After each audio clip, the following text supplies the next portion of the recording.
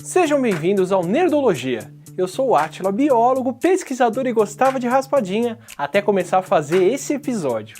Hoje a gente vai ver como funcionariam os poderes do Homem de Gelo.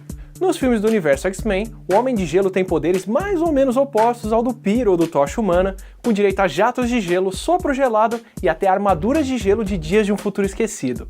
Já nos quadrinhos, ele é um dos personagens mais overpowered da Marvel. Bob Drake é um mutante de nível ômega capaz de influenciar o mundo todo, virar vapor, teleportar pelo gelo, criar clones e muito mais quando usa todo o potencial. Então, para ter alguma chance de explicar o que ele consegue fazer, vamos ficar com os poderes de congelamento do universo cinemático. Para fazer uma armadura de gelo, o Bob Drake precisaria baixar bastante a temperatura ao seu redor e capturar a umidade do ar. E precisaria fazer o gelo a alguma temperatura como menos 60 graus Celsius se quisesse deixar ele mais duro, ou ele podia pelar. Se ele estiver coberto de farelo de madeira antes de se congelar, pode formar gelo com pó de serra ou Pykrete, que além de demorar mais para derreter do que o gelo normal, ainda é mais resistente a impacto e tensão. Enquanto um bloco de gelo se parte todo com um tiro, o Pykrete mantém o formato apesar do impacto. Ou melhor ainda, o Homem de Gelo pode andar coberto de jornal velho. Assim ele forma uma armadura com a versão do Pykrete modificada pelos Mythbusters, que usaram para construir um barco.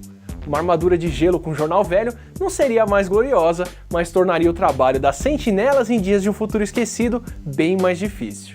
O problema é de onde tirar energia para isso.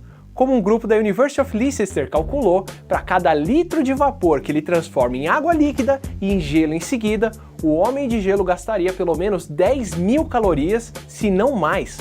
Para fazer uma parede de gelo daquela, seria uma boa forma de emagrecer quase instantaneamente. E para fazer a pista que ele usa para deslizar para lá e para cá, ou aquela muralha de X-Men 2, o Bob Drake precisaria baixar muito mais a temperatura do que o ponto de congelamento da água. Porque para fazer aquele mundo de gelo, ele precisaria de muito vapor de água. Em lugares abertos e num dia úmido, pode até ser que ele encontre bastante água no ambiente.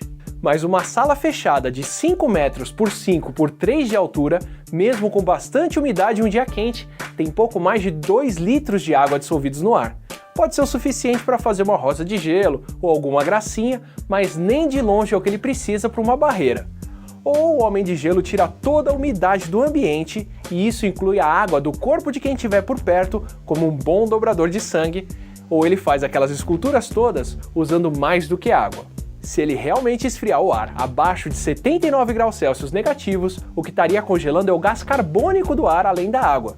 Ou seja, a barreira que ele faz deve ser formada de gelo seco além do gelo comum e por isso é tão grande. O que também explicaria como o gelo desaparece e o chão não fica molhado depois. Independente de se ele congela água ou gás carbônico, baixar a temperatura não é trabalho fácil. A temperatura é uma medida relativa que temos da agitação das moléculas. Quando esquentamos um copo de água, por exemplo, estamos na verdade colocando mais energia nas suas moléculas e deixando elas mais agitadas. Se colocarmos um termômetro de mercúrio para medir essa temperatura, as moléculas mais agitadas do copo de água quente colidem com mais energia com as moléculas do termômetro, as moléculas mais agitadas de mercúrio do termômetro ocupam mais espaço e o volume da coluna de mercúrio sobe, o que faz o mostrador mudar de 25 para 65 graus Celsius, por exemplo.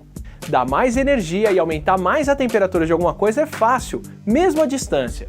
Para isso servem aqueles aquecedores que emitem radiação infravermelha. O difícil é fazer o contrário, tirar a energia de um objeto. Por isso a gente cozinha com fogo há milhares de anos, mas a geladeira é uma invenção recente. A quantidade de calor emitida por radiação, por exemplo, depende da temperatura do corpo e mais nada. Quanto mais quente um corpo, mais radiação ele emite. Como quando esquentamos um pedaço de metal e ele começa a emitir luz infravermelha ou luz visível. As outras formas que conhecemos de trocar calor dependem de contato, seja por advecção ou convecção, quando trocamos calor com um fluido, como o ar gelado dentro de uma geladeira, ou por condução no contato direto quando colocamos a língua na colher gelada que usamos para tomar o sorvete. O que quer dizer que para o Homem de Gelo congelar alguém, precisaria tocar na pessoa como fez com os braços do Pyro. Isso porque se ele quiser esfriar o ar para congelar alguém por convecção, como o freezer faz, vai ter dois problemas. O primeiro é que o ar frio é mais denso, ou seja, ele desce. Então nada de jato de ar frio para cima, o máximo que ele consegue congelar é o pé dos outros. E o outro problema é a condução do calor. Para tirar calor de alguma coisa, ele depende da condutividade térmica. O cobre conduz muito bem o calor e por isso é usado em aparelhos de ar-condicionado. Já a madeira não conduz bem o calor e por isso o cabo de panela e de ferramenta muitas vezes é feito de madeira. A última coisa que ele poderia segurar para fazer uma parede de gelo é a placa de madeira da mansão. E usar o ar para congelar as coisas é pior ainda. Independente do quão frio o Homem de Gelo tiver, o ar é um dos maiores isolantes térmicos que conhecemos. A lã, as penas de cisne ou as fibras sintéticas são ótimos materiais para fazer casaco de frio porque elas prendem pequenos bolsões de ar, o que nos isola muito bem e impede o ar quente ao redor do corpo de sair. Então esfriar o ar para congelar alguém seria o jeito mais lento e trabalhoso dele fazer isso. Mas tudo bem, porque se ele conseguisse tirar o calor de objetos mais rapidamente do que a condutividade térmica permite, o Bob Drake nem precisaria de ar gelado para afetar os inimigos. Como o Kyle Hill explicou bem no Because Science, a energia toda que ele extrai quando congela alguém, como fez com o Legião em 1 segundo, equivale à energia de 1 kg de dinamite liberada de uma vez só. Sim, a energia liberada rapidamente é uma explosão. Ou seja, toda vez que o Homem de Gelo congelasse algo rapidamente, ele na verdade causaria uma explosão com energia equivalente ao tanto de energia que ele retirou. O resultado de uma batalha com ele não seriam grandes blocos de inimigos congelados, mas sim raspadinha de vilão.